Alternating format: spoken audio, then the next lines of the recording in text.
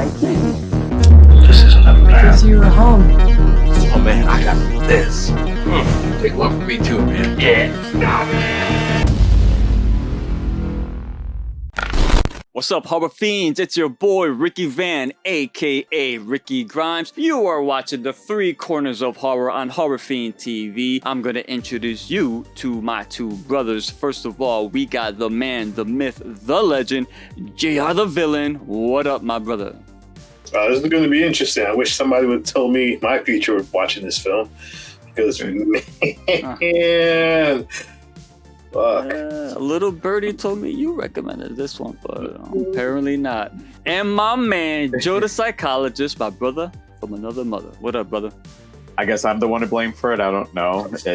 What was the name of that other one that we did? That was the PG-13 one that y'all We'll talk that one. What's the first thing I texted you, Joe? Who picked this one?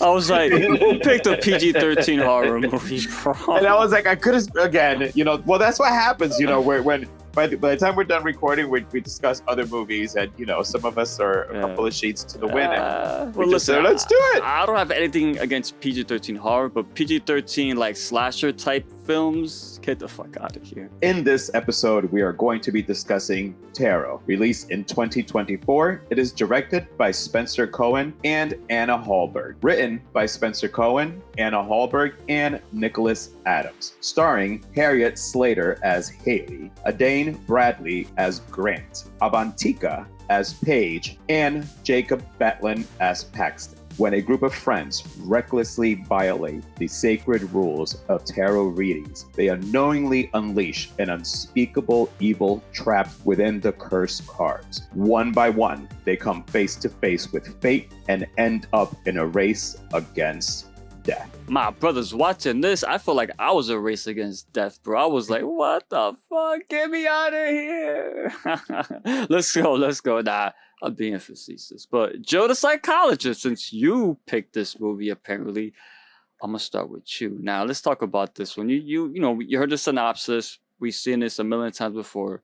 There's different faces attached to the story. They find a pair of tarot cards, and after being warned several times, mind you, not to do this by the person reading these cards, they do it anyway. So each member of this group gets a special card assigned to them because of their astrological sign. Libras, Virgos, Geminis, Cancers, all that stuff. If you read between the lines, I think they told you exactly what was going to happen during this movie. Did you figure that out yourself during these readings to each particular character? Now, they were all different, remember. So if you want to enlighten us on some of those card readings too, if you still remember them, go for it. Well, first of all, as soon as she started, did the first one, and then I think the first one, what was it? I'm a Libra, so the first one one was a Libra. I'm like, oh, great, I'm first. Well, I'm Libra also, but I want to say, right. I want to say it was like climbing the ladder of success, so I'm like, all right, I'm gonna go with ladder, Then the other one, it talks about, I think it was with the hermit, how it leads you in the wrong way and watch out tracks. I'm like, all right, train tracks. Oh, so, I was watching fucking Final Destination Tarot. That's what I felt. Instead of, you literally knew how they were all going to die. You just had to see all the signs. And the thing is, it could have been brilliantly done, but especially, and I can't remember her name right now, the one that they said she'll affect technology. And then, the Spanish character. The Spanish, and I know the one Spanish character, we should remember her name. Somebody look that up. Madeline? All right. Oh, shit, it's our aunt's name, too, so that's even worse. That's my sister's name, bro. Oh, so we all suck. But yeah, Madeline was literally just so spot on. And that's the problem. Final Destination, their thing is, you don't know exactly where it's going to come. Whereas this one, it's given to you in the cards. And yeah, I knew what to look for. But then it was almost as if the writing was just lazy and said, well, we told them this is what the card says, so we're just going to tell them to do that.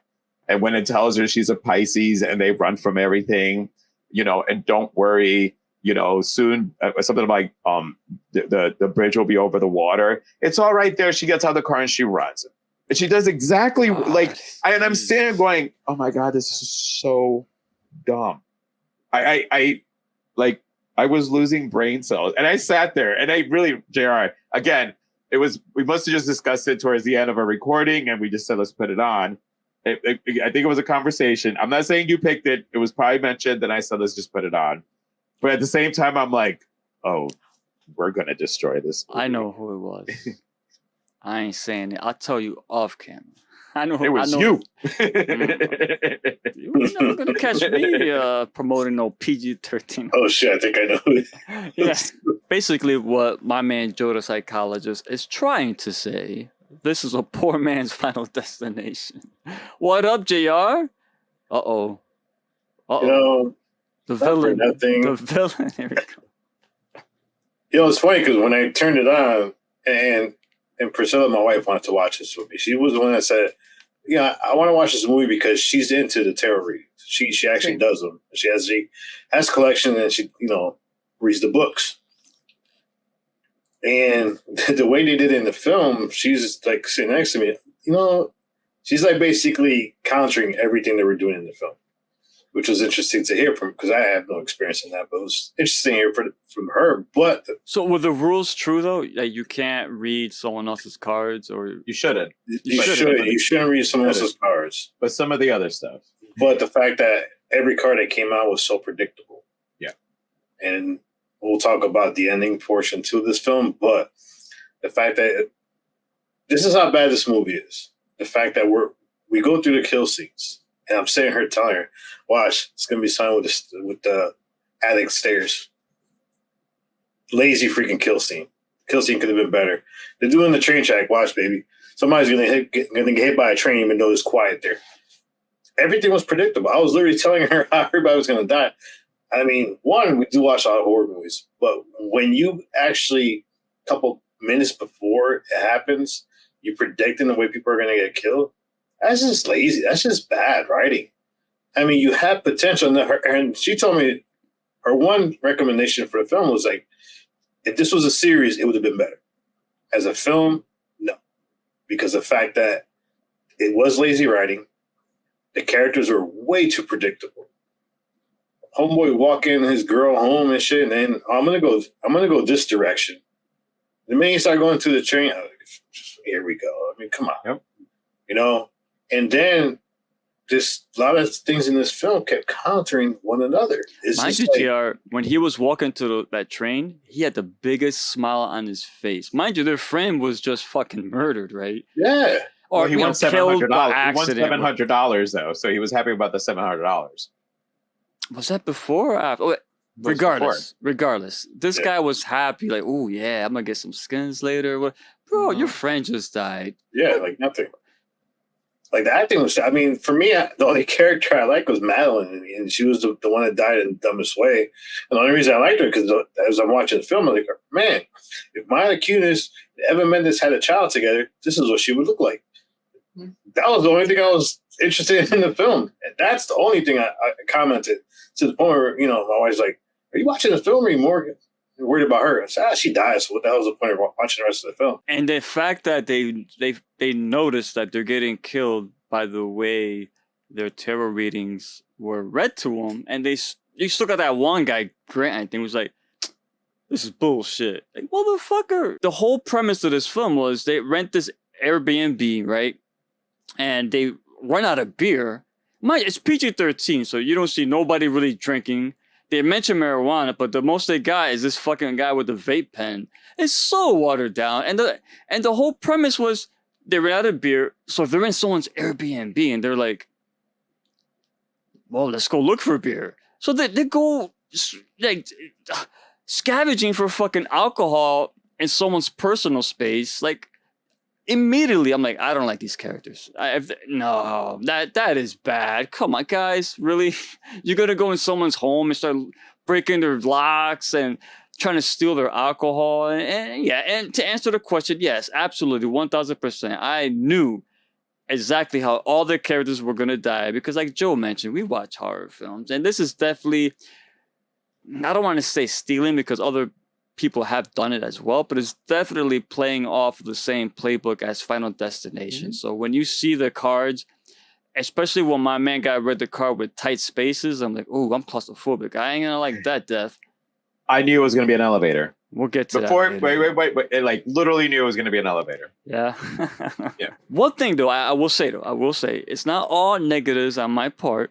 I did like the fact that our antagonist, right, this astrologist.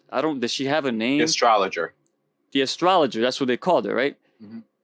It's funny because we're not fans of this films, obviously, and the person who played the astrologer was the fucking chick from Texas Chainsaw Massacre that you guys eviscerated. When I saw that, I'm like, it's that old lady again. This character shapeshifted into each of the various characters that were representing on those cards that were distributed to each character, like the Jester, for example, the Hangman.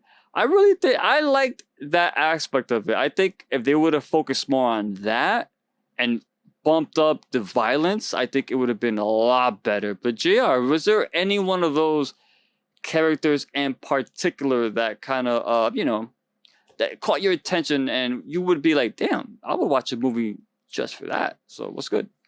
Yeah, I forgot the character, but the one that was it the Hermit, the one with the lantern? Yep, the Hermit.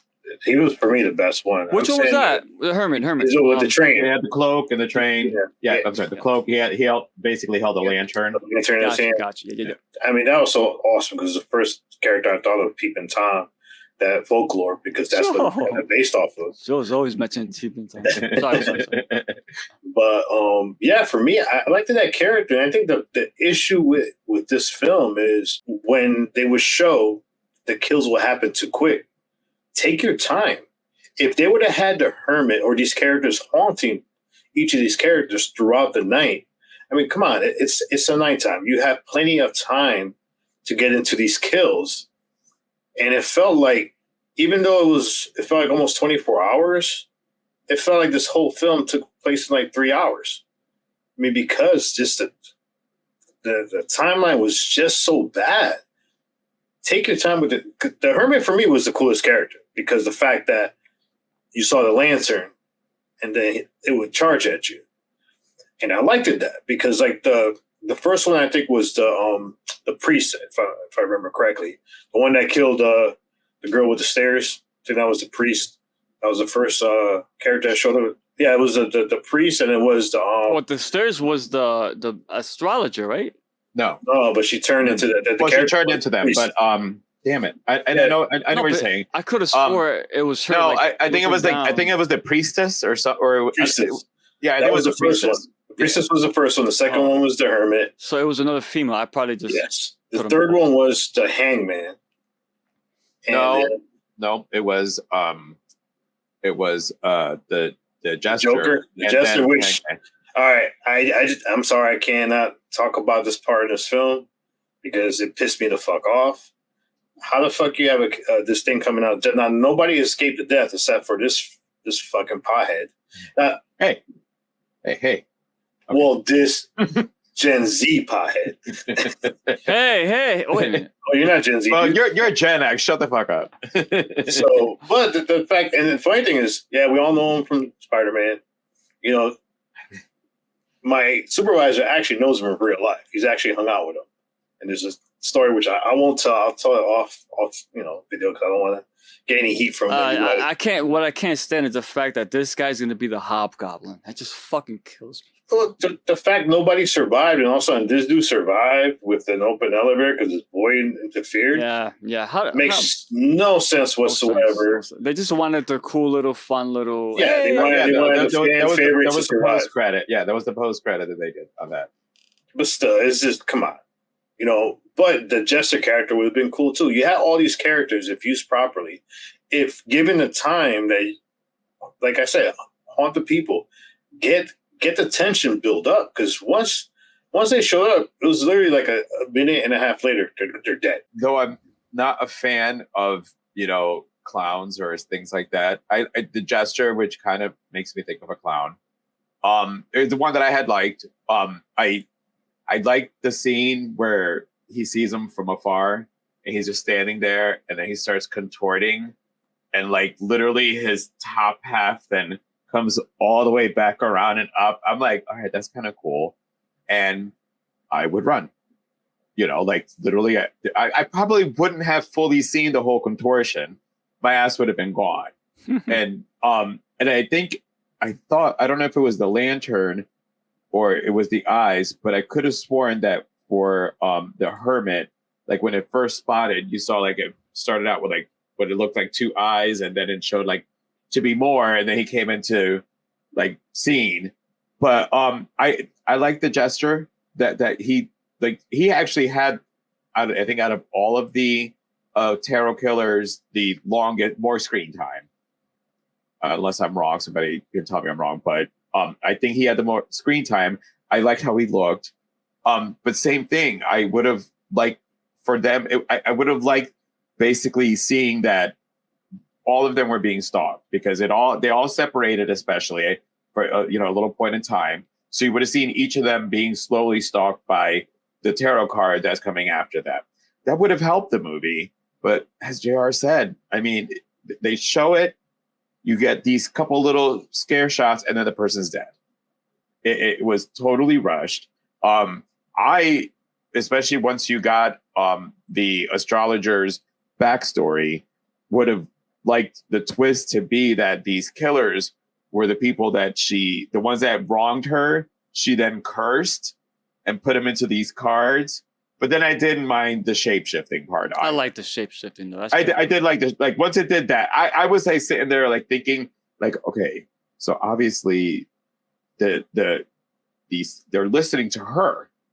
So it must be, people that she can conjure or what have you. And then when they explain the shape-shifting, no, I dug the shape-shifting, but the same thing, like it's just I don't know. It was you had a good concept that they just shat all over. Yeah, I agree. I agree with you. And JR, what he said too, the kills felt rushed, and we didn't get really anything. A lot of off-screen kills, and the one, the one character, Paxton, I think his name was. Yeah. They never showed him die. And at one point, when they were like, "Oh my God, all our friends are dead," I'm like, "Wait, the guy in the elevator, they killed him?" I'm like, I'm sober when I'm watching this. I'm like, I'm not high or nothing. Did I miss something? But then he showed up at the end, like, oh, okay, yeah, okay. So I didn't miss anything. Well, and I loved how they questioned. They're like, wait, how did you get away? But and it was like they went comical. That made no sense. And how come Todd didn't get killed? You know what I'm saying? So yes, mind you, he wasn't part of the reading, but he was. So if somebody that's not part of that session intervenes, it just breaks off that curse. The jester stops following this guy, and Final that's Destination. There's no explanation. There's no right. rules It's this little Yeah, I like the jester was cool. They just didn't show enough of him, in my opinion. When he was contorting, he was really far.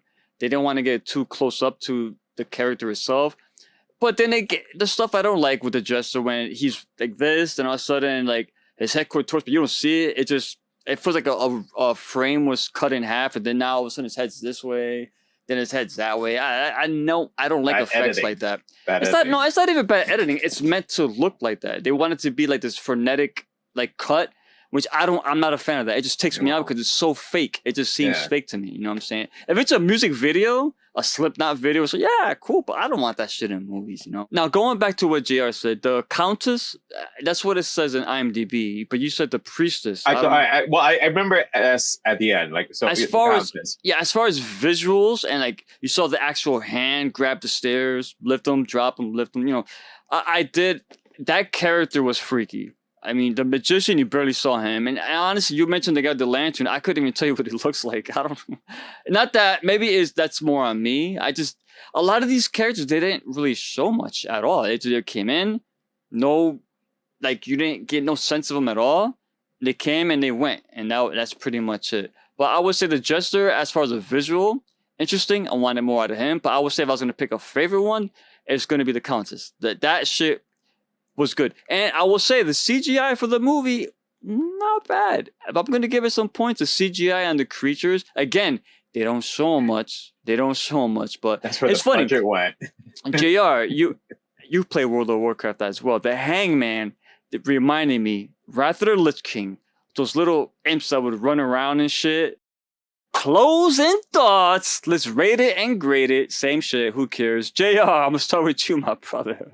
What you got, bro? Hold on. Before I read Hold on. Before you rate that, I am gonna need a shot for this. Salute. I wish I had some cards on me to freaking do this, but I have so many issues with this movie. The ending was terrible.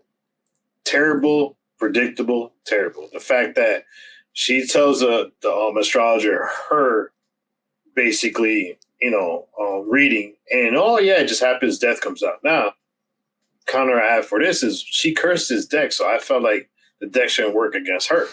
She cursed this shit. What? I thought you said she cursed his dick. I did too, though. I'm not gonna lie. I did think I heard dick. I'm not gonna.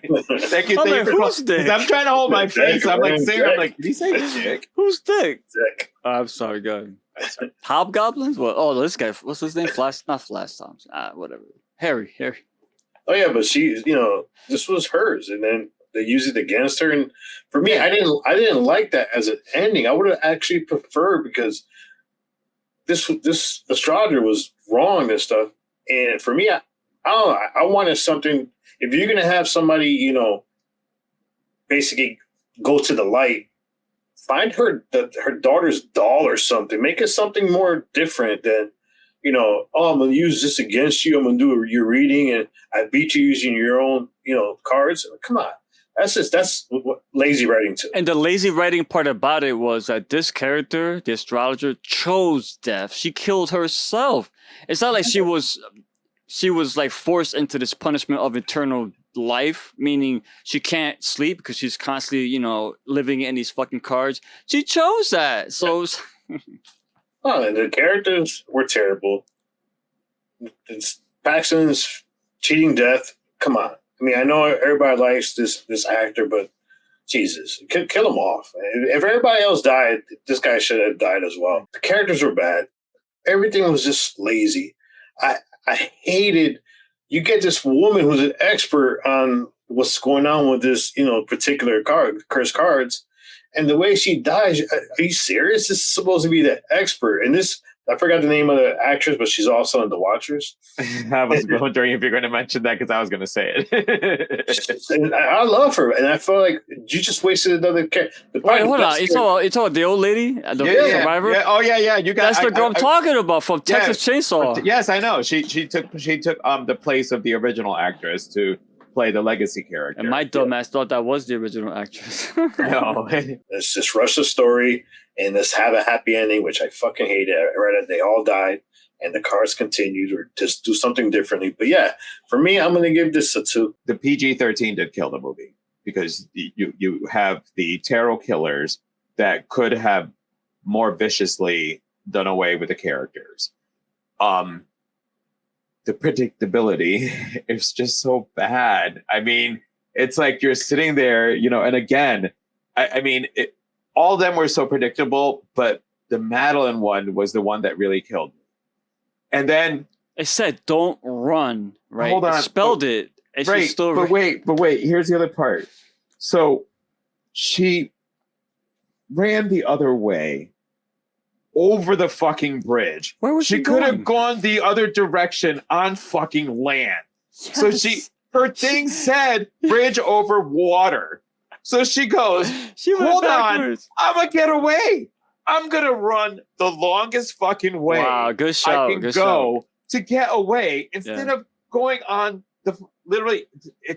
they weren't that far from fucking route. They're all like, yes, the car was there. They could have pushed that fucking car off the bridge too, But, oh my God, this is definitely a 2 for me. When we talked earlier about the cards and if we figured out if they were connected to the character deaths, one thing I figured out here, once you didn't see Paxton's death on screen, I knew he was coming back, because the card told you he was coming back. The card literally says he's going to come through for his friends when they least expect it, or something to that. I'm paraphrasing, but something to that effect. So I'm like, everything came true with these cards. Why would they add that in there? And we didn't see him. There was no on-screen death at all. Mind you, there was a lot of on-screen deaths for anyone, but his was not definitive. We did not know was he dead or not. So I knew that motherfucker was coming back. So It's coming back. it's a slasher film that doesn't want to be a slasher film. It's a PG-13 movie, right? When you have, if you're PG-13, right, you have to create atmosphere, compelling characters, right? Because we've seen plenty of PG-13. The Sixth Sense, for example, we just did it. PG-13 film, but the atmosphere and the characters and the acting drives that to a whole nother fucking level. And and there's other PG-13 horror movies that are out there that they're built on atmosphere, camera work, like it immerses you into the story because of the characters. This movie has none of that. So if you're not gonna give us any of that, give us the violence, give us the gore, give us the money shots. You got to commit to one or the other. You can't do a PG-13 slasher and just say, oh, let's just cut out the violence and gore. No titties, no blood, no alcohol, no drug use, no pervasive language. Okay, well, you're going to strip that away from a film like this, but give us compelling characters. Give us some atmosphere. Give us some like brilliant writing. Give us something that we're going to be like, holy shit, I didn't even realize it was a PG-13 film. But this movie has PG-13 slapped all over it, man. So it's a 2 for me, too. It's a 2. Joe, what we got next week, brother? We are going to be talking about Humane. Humane. It's Netflix, one of you two right? guys. Is it Netflix? Well, I didn't recommend Humane. I recommend them. Let's see. No, but you told me you saw Humane, so I saw it. It was double recommended for me because you ended up liking it. So I guess we'll see. Can't take it back. Oh, Lexi ended up liking it. That's right, not me. No, we have proof. We have messages.